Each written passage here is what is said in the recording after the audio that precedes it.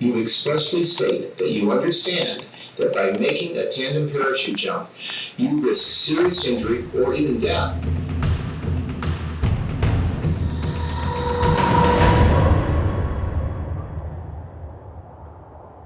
God placed the best things in life on the other side of fear.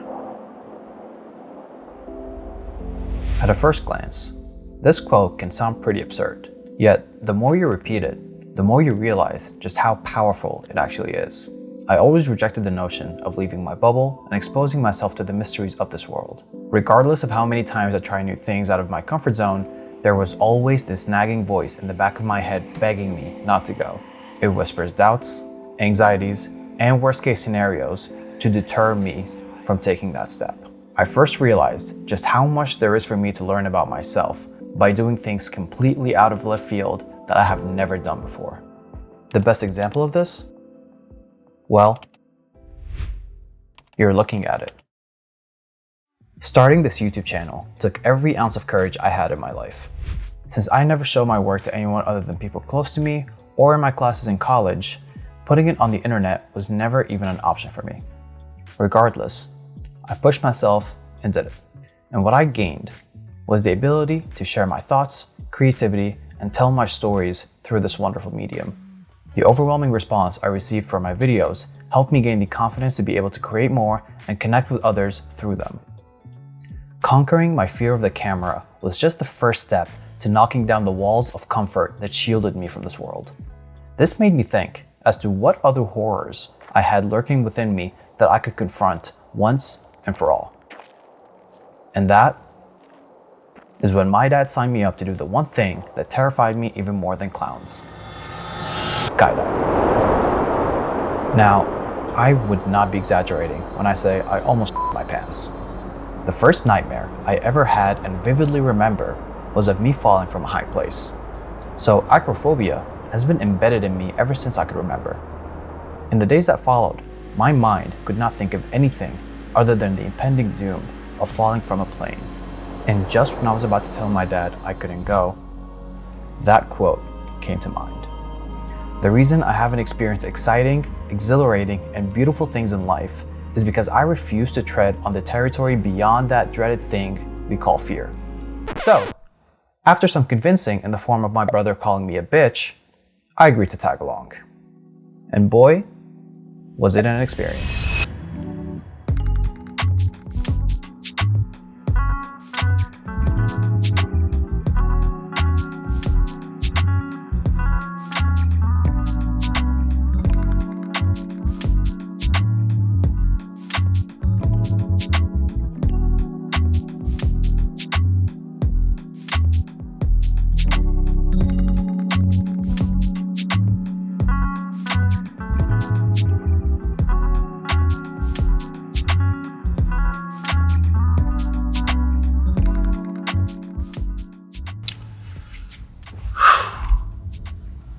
Today's a day. I don't know what it is, but ever since I was a young kid, the fear of heights literally crippled me in everything that I did. There has never been a time when I came up to a high place like this rooftop right here without me thinking about jumping off and plummeting to my death. It's so bad that every time I go to a shopping mall or a skyscraper, I literally always stayed away from rails and windows just because of the fact that I just can't even look down to see everything that's below me. About 9 years ago, I had a nightmare as a kid, and I was in a shopping mall. I was wearing a hoodie and sweatpants, and I was barefoot for some reason. And I was on like the 8th or 9th floor.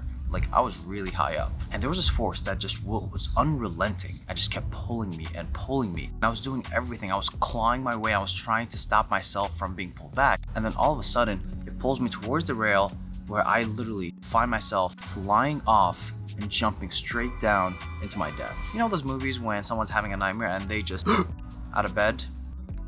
Yeah, that's exactly how I woke up from that dream. The funniest part is, ever since I had that dream, I have always stayed away from rails and windows at skyscrapers because every time I look over them, I just get this vertigo effect that I feel like I'm going to something will push me forward and make me fall.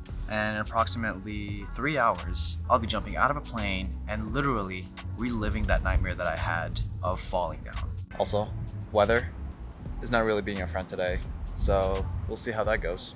After some serenity and quiet, I was finally ready to go face my Everest.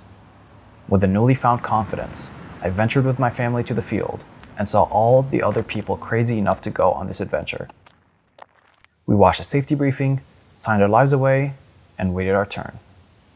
And that is when we were told that no planes would be flying today due to the cloud coverage. And in an instant, all my preparation was rendered useless. We rescheduled our jump to the following week and headed back home.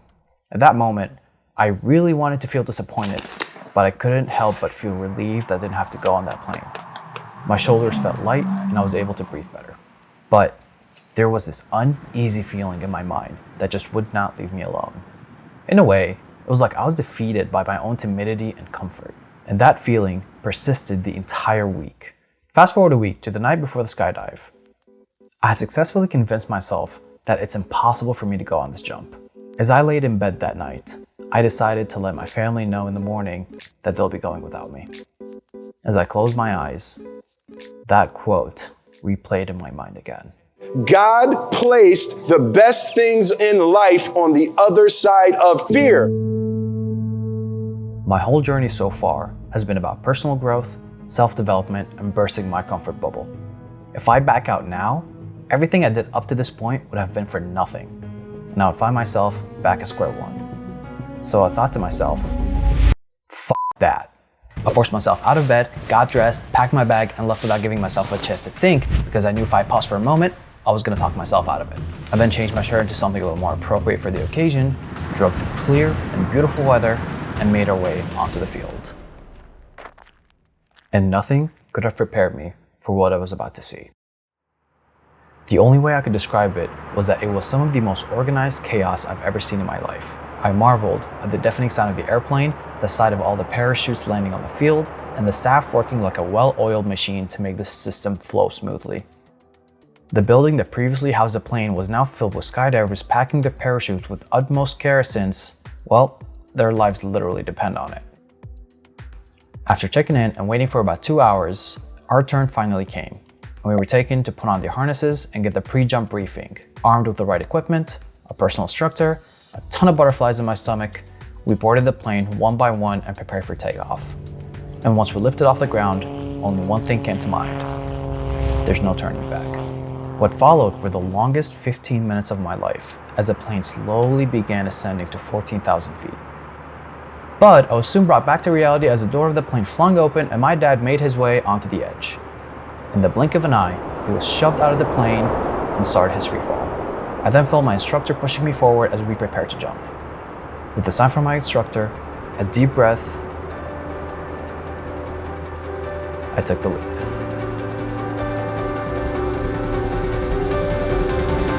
Side note, if you ever plan to go for a skydive, don't wear shorts like a certain idiot did. It's cold as fuck up there. Okay, back to the jump.